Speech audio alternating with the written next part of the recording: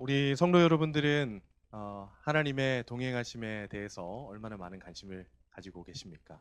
오늘 말씀의 제목이 뭐죠? 동행이죠, 동행. 오늘 동행에 대해서 좀 우리가 생각해 보는 시간 좀 갖도록 하겠습니다. 우리가 말씀을 읽어봤는데 오늘 말씀 속에 있는 이 이스라엘 백성들이 아주 큰 공경에 빠져 있습니다. 왜냐하면 하나님께서 내가 더 이상 너희와 함께하지 않겠다. 동행하지 않겠다라고 그렇게 말씀하셨기 때문이죠. 여기 계신 우리 성도님들, 만약 하나님께서 더 이상 우리의 인생에 함께하지 않겠다, 동행하지 않겠다, 내가 너와 같이 가지 않겠다라고 그렇게 말씀하셨다면 여러분 어떤 마음이 드실까요? 하나님이 이스라엘과 더 이상 함께하지 않으시는 이유는 오늘 저희가 읽어본 말씀 이전에 32장에 나타난 한 사건 때문이었습니다. 이스라엘 백성들이 이 모세가 시내산에 올라가서 하나님의 말씀을 받는 그 기간 가운데 황금 송아지를 만들어서 그것을 하나님처럼 섬겼기 때문이죠. 하나님께서 애굽에서, 이집트에서 그들을 건지신 이유가 무엇이었죠? 우상 숭배에서 건져서 유일하신 하나님을 섬길 수 있는 거룩한 백성으로 세워주시기 위함이었습니다. 그런데 다시 그들이 우상 숭배로 가는 거 보니까 하나님께서 마음이 너무 아프셨죠. 그래서 이 백성들을 심판하시겠다라고 말씀하십니다. 그때 이 이스라엘 백성들의 영적인 지도자인 모세가 하나님 앞에 납작 엎드리죠. 그래서 아주 유명한 기도를 하잖아요. 하나님, 이 백성들을 구원해 주시면 좋겠습니다. 만약 구원해 주시지 않으면 나를 생명책에서 지워주세요. 그 3.2.3.2 기도라고 그렇게 얘기하거든요. 출애굽기 32장 32절에 기록되어 있습니다. 읽기 쉽죠. 그 위대한 기도를 하나님께서 들으시고 기뻐하시고 심판하지 않으십니다. 그런데 하나님 마음이 다 풀리지는 않으신 것 같아요. 왜냐하면 하나님께서 앞서 말씀드린 대로 이스라엘 심판하지 않는데 이스라엘과 더 이상 함께 가지는 않겠다라고 그렇게 말씀하셨기 때문입니다. 출애굽기 33장 3절 말씀 한번 읽어볼까요? 출애굽기 33장 3절 말씀입니다. 함께 읽겠습니다. 시작.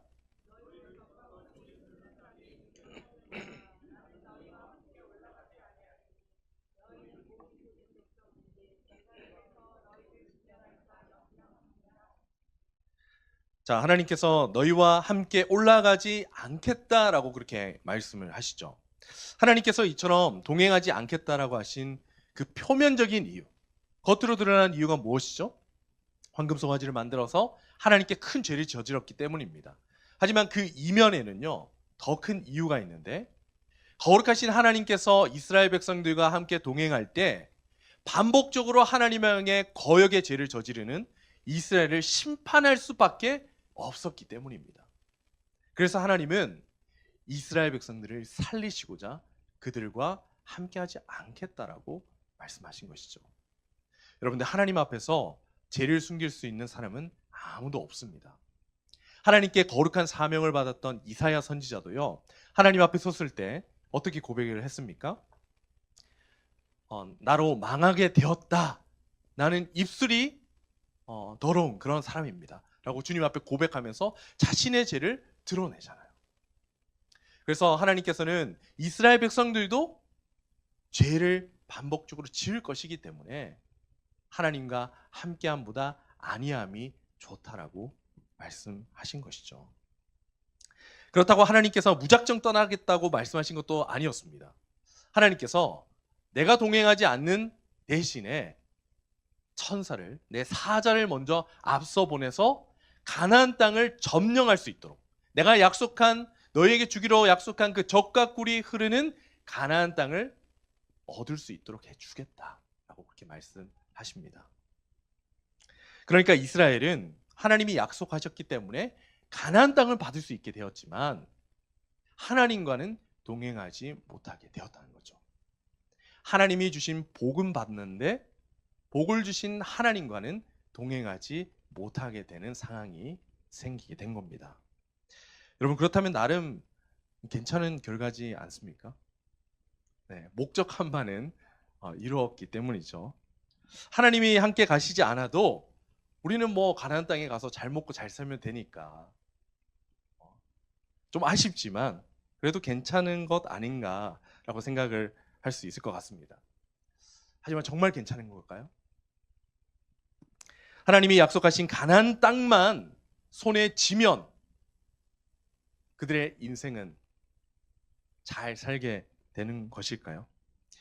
여러분, 동행에는요 크게 세 가지 성경적인 의미가 있습니다. 그 첫 번째는요, 이 동행이라는 단어가 가지는 원어적인 의미인데 길을 함께 가다라는 그런 의미를 가지고 있습니다. 두 사람이 같은 뜻을 가지고 같은 목적을 가지고 한 방향을 향해서 걸어가는 것을 여러분들 한번 상상해 보시기 바랍니다. 하나님이 약속하신 그 가나안 땅을 향해서 동행하며 나아간다는 것은 하나님께서 품으신 그 뜻을 이 사람들도 함께 가지고 나아간다는 것을 의미하는 것이죠. 아모스 3장 3절 말씀에 이런 말씀이 있습니다. 두 사람의 뜻이 같지 않은데 어찌 동행하겠으며 라고 말한 거죠. 두 사람이 한 마음과 한 뜻으로 한 목적을 향해서 나아가는 것, 그것이 바로 성경이 말하는 동행의 첫 번째 의미입니다. 두 번째 의미는요, 이 동행이라는 것은 친밀한 관계를 유지하면서 인격적인 교제를 지속적으로 나누는 의미를 담고 있습니다. 두 사람이 한 목적지를 향해 나아간다고 한번 생각해 보시기 바랍니다. 그런데 아무 말도 하지 않고 그 길을 걸어갈까요? 그렇지 않잖아요. 같이 길을 걸어가면서 이야기도 나누고 자신의 삶에 대해서 또 앞으로 일어날 일들에 대해서 다양한 사회적인 이슈에 대해서 이렇게 이야기를 나누면서 걸어갈 거잖아요. 그게 바로 동행의 의미라는 거죠. 그 한 목적을 향해 나아가는 그 길 가운데 일어나는 친밀한 교제와 사귐과 그 끈끈한 관계, 그게 바로 이 동행이라는 단어에 담겨져 있는 의미입니다. 그 세 번째로요, 동행은 하나님을 기쁘시게 한다라는 의미도 가지고 있습니다. 성경에 하나님과 동행했다라고 알려진 유명한 인물이 있잖아요. 바로 에녹이라는 사람.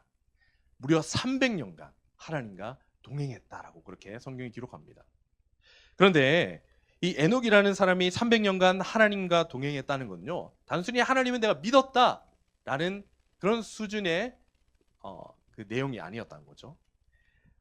히브리서 11장 5절 말씀을 보면요, 에녹의 동행에 대한 표현이 있는데 이렇게 고백하고 있습니다. 믿음으로 에녹은 죽음을 보지 않고 옮겨졌으니 하나님이 그를 옮기심으로 다시 보이지 아니하였느니라.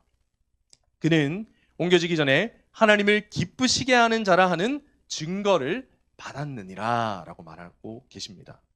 에녹의 동행, 이것은 하나님을 기쁘시게 만들었다라고 고백하고 있다는 거죠.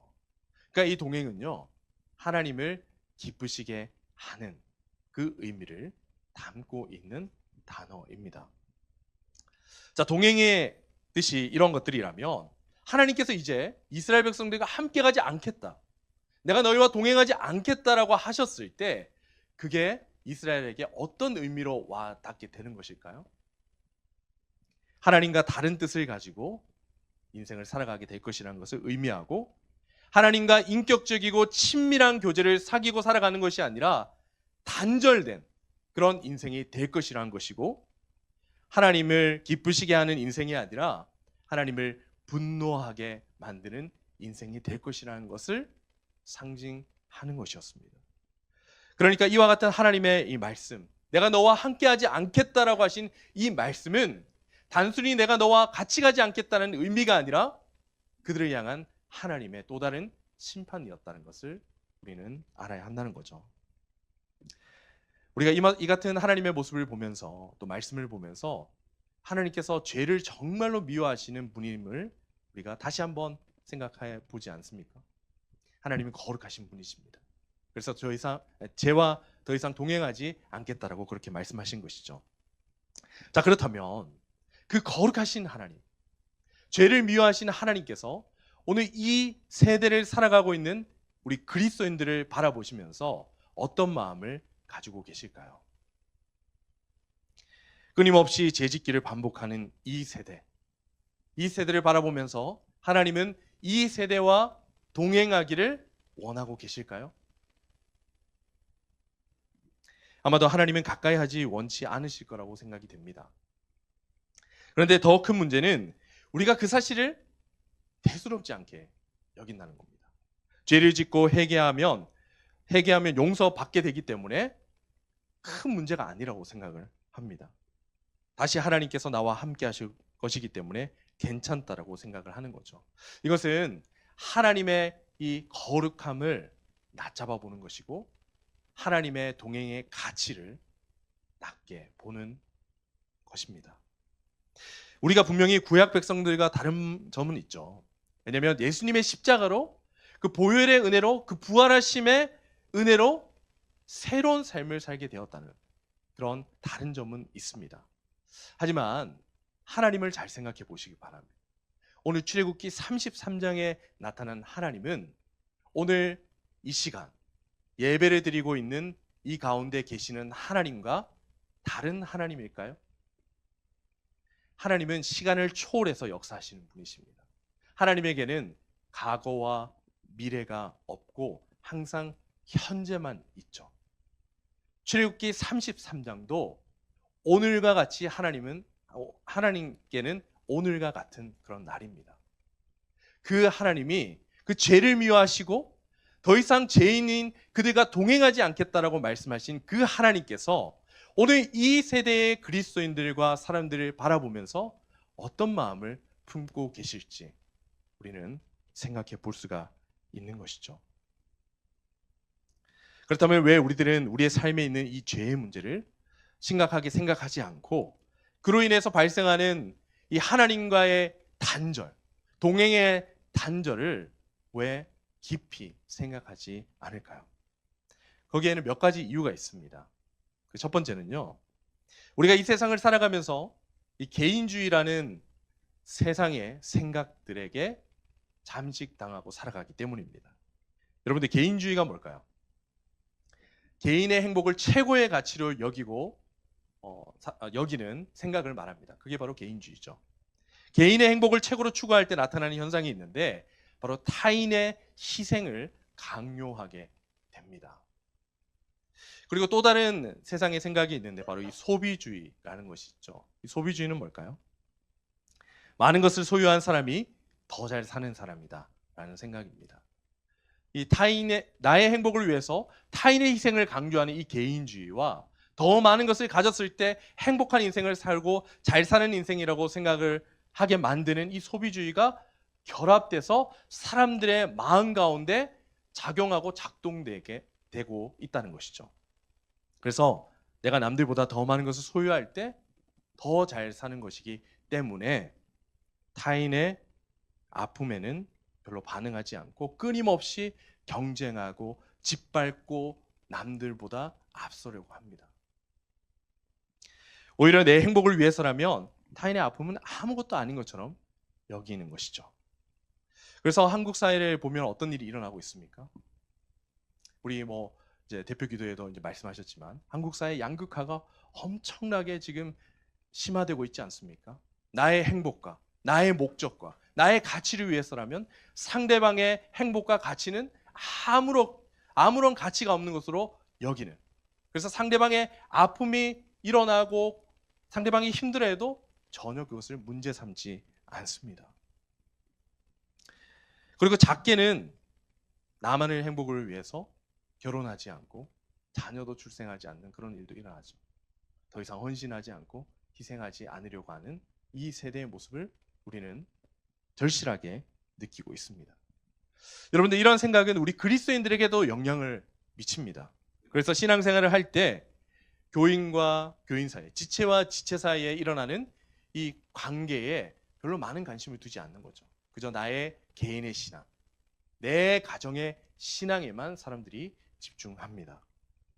그런데 더 심각한 것은 이것이 하나님과 우리 신자의 관계에도 영향을 미친다는 것이죠. 하나님이 없이도 신앙생활을 하는 겁니다.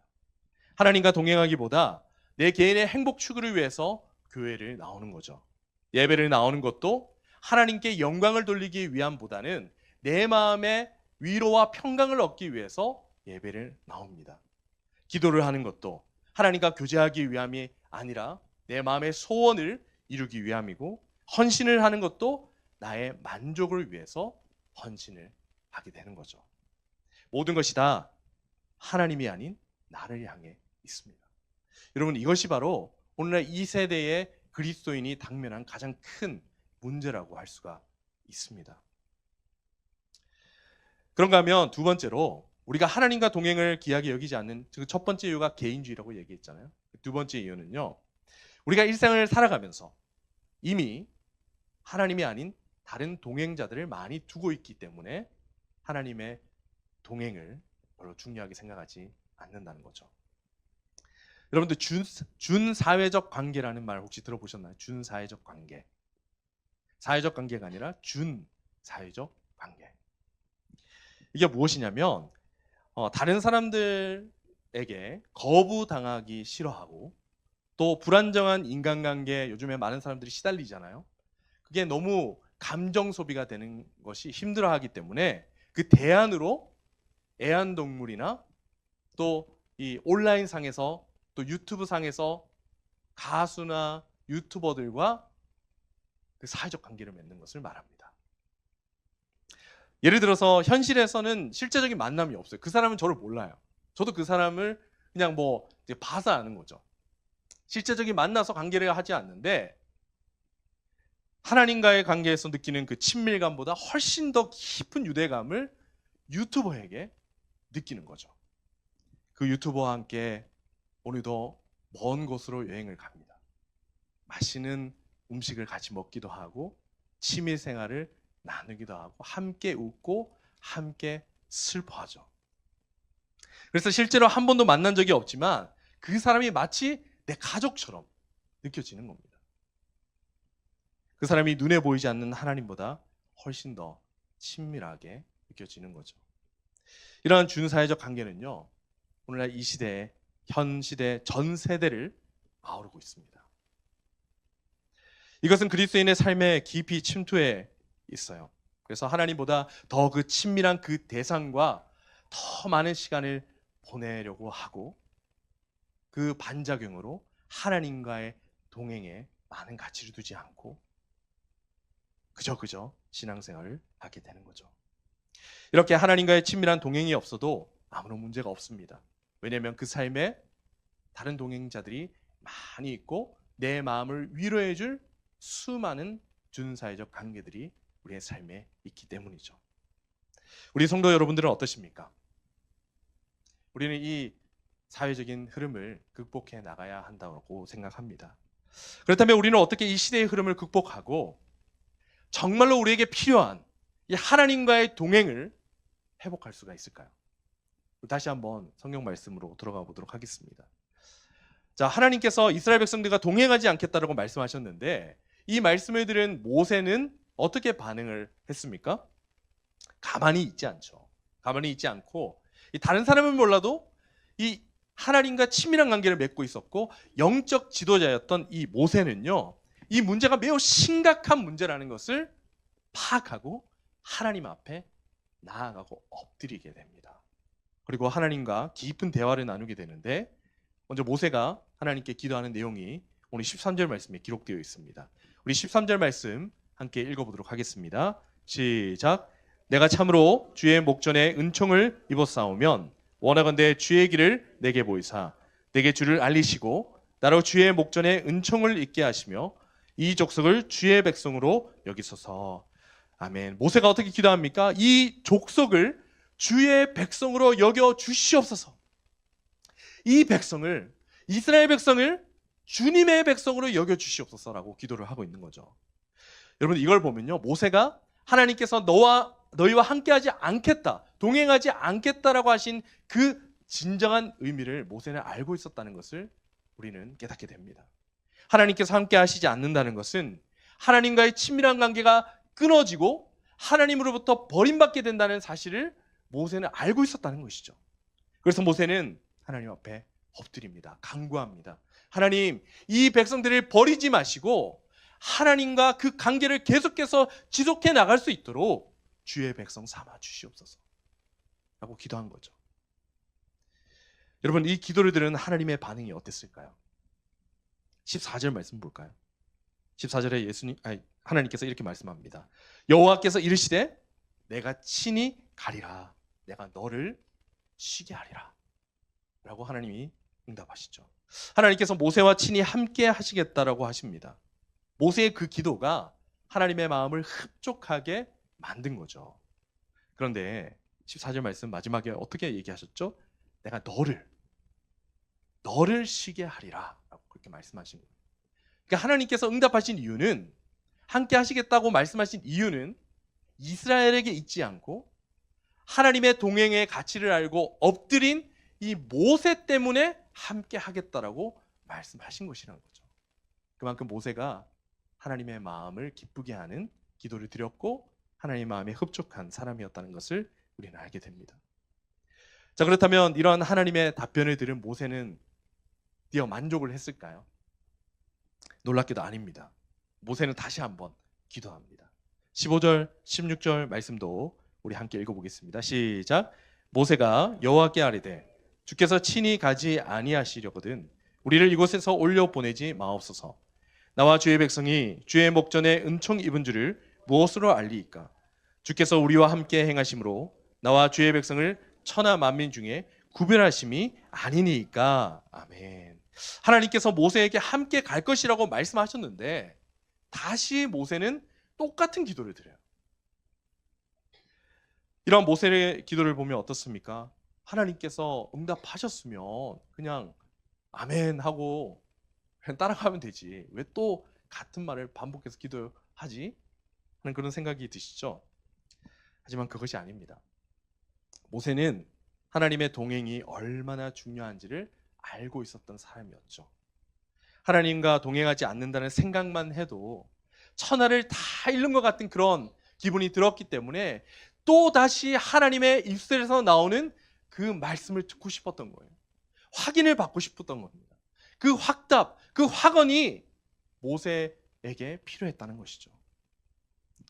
그리고 하나님과 함께하는 것을 뜨겁게 사모하면서 다시 한번 하나님께 간구하는 이 모세의 기도를 들은 하나님께서 어떻게 말씀하십니까?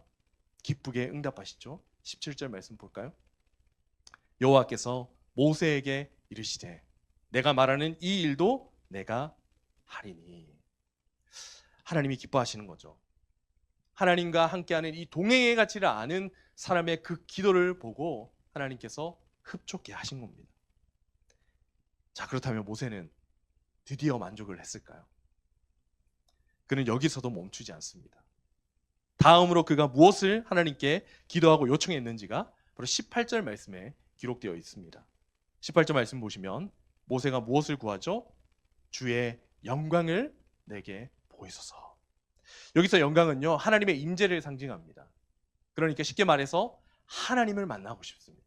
하나님을 보게 해 주시옵소서 라는 기도를 드린 겁니다.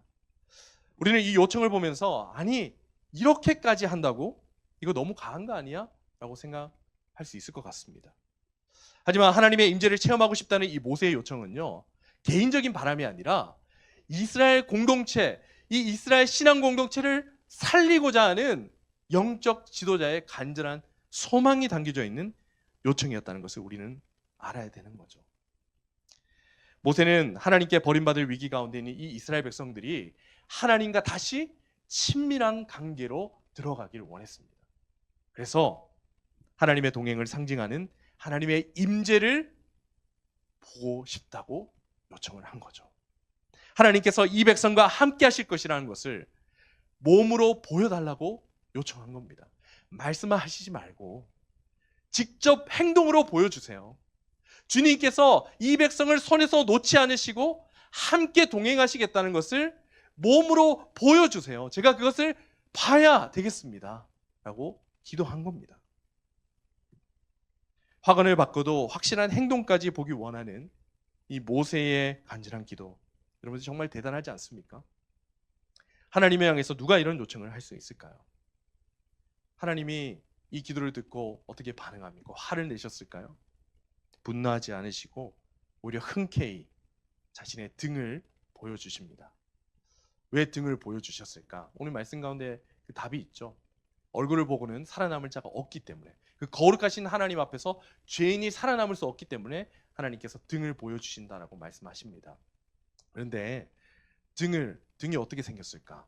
뭐 이런 생각이 들잖아요. 그거보다 더 중요한 게 있습니다. 등을 보여주셨다는 것은요, 이제 이스라엘 백성들을 버리지 않으시고 동행하시겠다 하는 확실한 하나님의 약속의 모습이었다는 것이 더 중요한 것인 것이죠. 사랑하는 성도 여러분, 모세의 행동은 우리에게 큰 도전을 주지 않습니까? 우리 세대에도 모세와 같은 기도자가 필요합니다. 그런데 우리의 삶에 왜 이런 기도가 없을까요? 우리는 왜 하나님의 동행에 대한 간절함이 없을까요?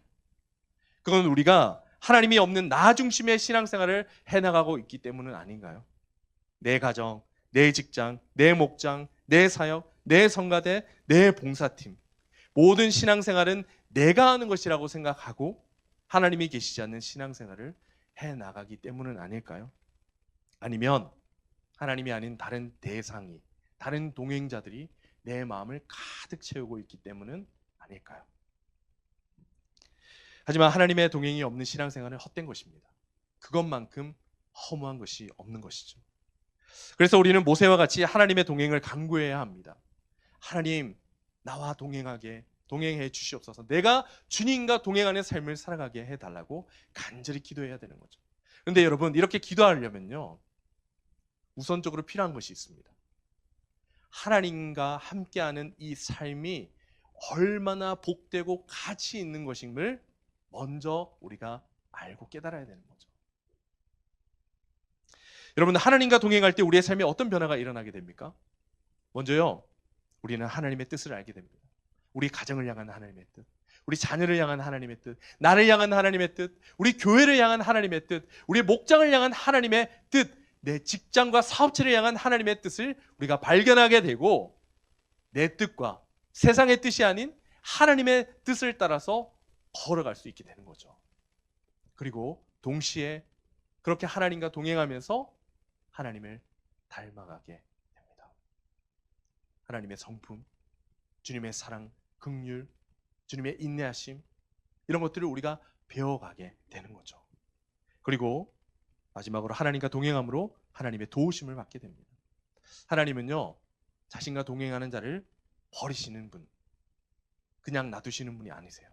보호하시고 인도하시고 사랑하시고 위로하시고 회복시켜 주시는 분이 바로 하나님입니다. 하나님과 함께한다는 것만으로도 우리의 삶에 큰 위안과 평안이 되는 줄 믿습니다. 그렇기 때문에 우리는 하나님과 동행을 바라며 간절히 기도해야 되는 거죠.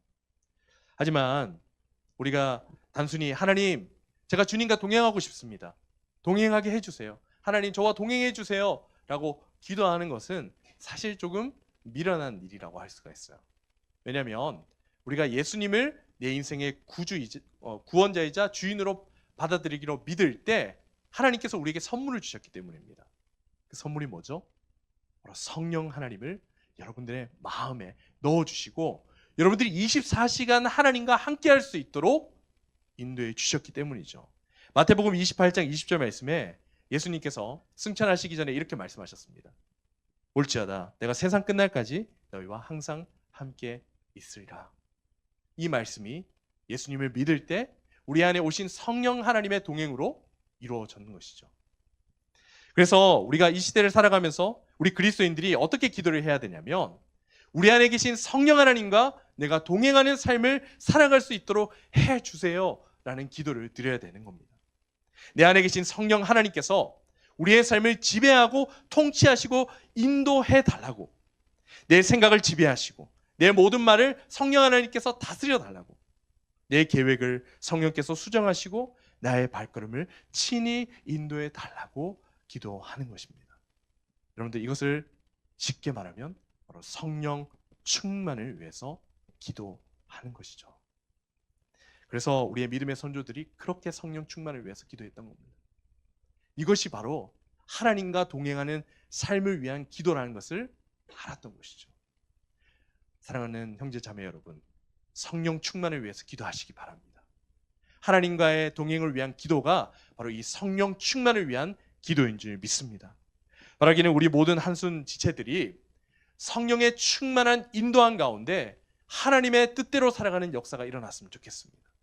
하나님을 닮아갔으면 좋겠습니다. 하나님의 도우심을 받고 하나님께서 내 인생에 이렇게 동행하셨어 라고 간증하는 역사가 교회와 목장 곳곳에서 고백되었으면 좋겠습니다. 여러분들 그렇게 된다면요, 우리 교회는 변화될 겁니다. 더 거룩하게, 더 하나님을 기쁘시게 하는 공동체로 세워지게 될 겁니다.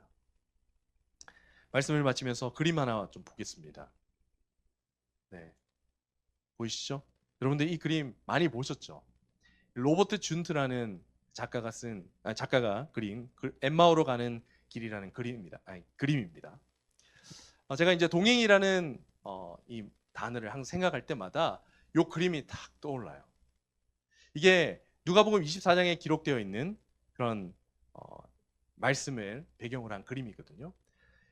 그 예수님께서 십자가에서 죽으시고 시체가 사라지게 되었다는 그 소식을 들은 이 두 명의 제자들이 상심한 마음을 가지고 엠마오를 향해서 걸어가는 그 장면이 그려진 그림입니다.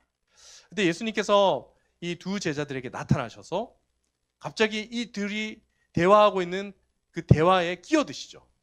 그리고 같이 대화를 나누시면서 그 엠마오로 함께 동행하십니다. 그 제자들이 예수님께 이렇게 말하죠. 예수라는 사람 모릅니까? 그 예수라는 참 구원자 메시아라고 여겨졌던 그런 사람이 있는데 십자가에 달려 죽었습니다. 우리가 마음이 아파요. 그리고 시체도 지금 찾지 못합니다. 없어졌어요. 그리고 그 상심한 마음을 막 예수님께 얘기를 한 거죠. 그러니까 예수님께서 뭐라고 대답을 하십니까? 그때 구약 성경에 기록되어 있는 자신에 대한 기록들을 이 제자들에게 설명하시기 시작하세요.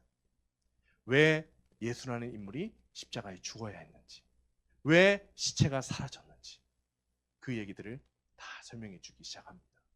그때 제자들이 어떻게 됩니까? 그 죽어져 있던 심령이 다시 뜨거워지는 것을 경험하게 되죠.